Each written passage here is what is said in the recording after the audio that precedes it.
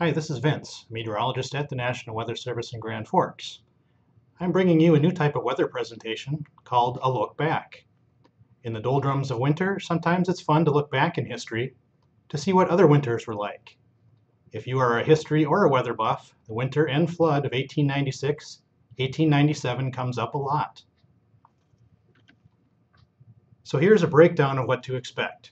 This will be a three-part series. Part 1 will be the fall of 1896, Part 2 the winter of 1896-97, and Part 3 will be the spring and historic flood of 1897. The fall of 1896 will cover the months of September, October, and November of 1896. This graphic shows the daily departure from normal temperatures at Moorhead, Minnesota for September 1896. Why Moorhead? Moorhead had the only signal service station in our area, which was the predecessor to today's National Weather Service. Therefore, the station in Moorhead had trained weather observers and the most weather equipment. On this graphic, the blue bars represent colder than normal days, and the red bars represent warmer than normal days.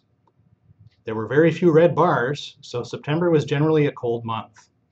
In addition, one record low was set. Looking at September from a monthly perspective, it was the 9th coldest September on record. The record low of 27 degrees was set on September 19th. Also, no snow fell during the month. Moving into October 1896, the daily departures show more swings between warm and cold. When there are a lot of daily temperature swings, the monthly average temperature ends up somewhere in the middle. So no monthly temperature records were set in October. The coldest temperature was 15 degrees on the 21st. This graphic shows the amount of snow measured daily at Moorhead, Minnesota throughout the month of October. There's usually not much snowfall in October. The monthly total of 4.9 inches remains the third highest snow total in October for the Fargo-Moorhead area. The yellow arrow shows that most of the snow fell late in the month. This late October winter storm was pretty rare.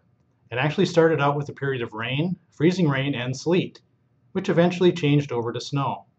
Generally, wind speeds were not that high, and the temperatures not that cold, which lessened the impact of the storm. The biggest impact turned out to be freezing rain. At point 1 on this map, 175 telegraph poles were knocked down between Windsor and Oriska, North Dakota from heavy ice on the wires. The same problem occurred at point 2, where telegraph wires were knocked down around and west of Grand Forks. This graphic shows the snow totals for the month of October 1896. This graphic is a rough estimate from cooperative observers, and it shows that the heavier snow amounts were around west and southwest of Valley City, with lesser amounts eastward toward Grand Forks and Fargo. This early snowfall helped to affect temperatures too. There were no warmer than normal days during the entire month of November. Record lows were set on 4 different days. What else was noteworthy from the November temperatures? November 1896 remains the coldest November ever at Fargo-Moorhead. The coldest temperature at Moorhead was 26 below zero on the 29th. Shifting to November snowfall, there were 2 significant events, the Election Day blizzard and the Thanksgiving Day blizzard. For the Election Day blizzard, newspapers noted that ground temperatures were still warm, as a late October snowstorm had blanketed most of the area with an insulating layer of snow. But the heavy snow was followed by strong winds. The biggest impact from the storm was that railroads were shut down due to massive amounts of snow drifting that occurred. In addition, at Hope, North Dakota, point 1 on this graphic, the newspaper noted that people hadn't had time to put on their storm doors and windows, and most people hadn't filled their coal or wood sheds for the winter. The Jamestown newspaper, point 2, reported that people had inadequate shelter for food and stock. Shifting to the Thanksgiving blizzard, this is a rough graphic made from information at Jamestown and Moorhead. Both newspapers gave fairly detailed meteorological descriptions of the storm. The dates and times are shown across the bottom. On November 25th, the yellow arrow showed that winds were initially from the northeast, and a fog mist changed over to snow. Strong winds picked up during the evening, while temperatures remained fairly mild.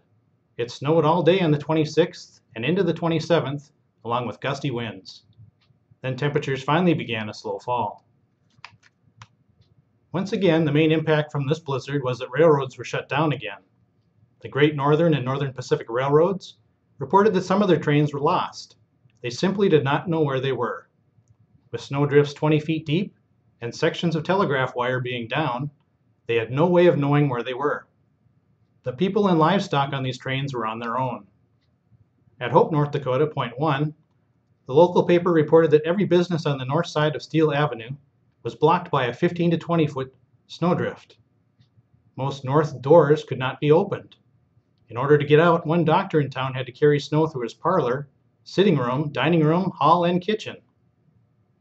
Two girls on the second floor of a house, which had felt cold all night, woke to a 4-foot snowdrift along their floor. The snow had come in through a small hole in the wall. At Point 2, Pembina, the newspaper also noted the powerful, penetrating snow and wind. Wet spots were noted in the walls and roofs of houses from the melting snow. This graphic shows a rough estimate of the snowfall across the area during the month of November. The average amount reported was 21.5 inches, but there were spots in the central Red River Valley which reported almost 3 feet of snow. November 1896 remains the month with the most snow even today. There was a huge reliance on the railroads in those days. It was a lifeline for people, especially in rural areas. Moving the snow off the rails was the main challenge, and there was a variety of ways to do it. Shoveling was brutal work, but did employ thousands of people over the winter for about $1.25 a day. Ironically, these men also had to shovel snow into the tanks of steam engines when they were in the field to keep them running. The typical snowplow was driven by force into the snowdrifts to remove it from the tracks. Of course, this was dangerous to the operators as well as the equipment. The Pembina newspaper said that when the plow came at the snow at 60 miles an hour, the snow rose into huge feathery waves of spray 30 feet high and 60 feet on either side. That scenario worked well for loosely packed snow. However, most of the winter brought hard-packed, wind-driven snow. When these plows encountered this hard-packed snow, they could be derailed or badly damaged. The operators could also be badly injured. For the hard-packed snow, rotary plows were the most useful, but they were also less common. The Cooperstown newspaper described the rotary plow as a large fan-like wheel made of knives, which revolved and cut into the snow, throwing it in a steady stream about 100 feet away. The telegraph lines mainly ran alongside the railroad lines, and these were very susceptible to the weather elements. Repairing these lines could also be dangerous work. In one instance, the Hope newspaper told a story about 8 men who were repairing a telegraph line in a deep cut when they heard a train coming. All the men managed to scramble up the sides of the embankment just before the train hit their handcar. If trains could not get through, they could not bring food or fuel supplies. People were definitely accustomed to daily train service. That concludes part 1 of this series. Stay tuned for the next 2 segments in the series, which will come at a later time.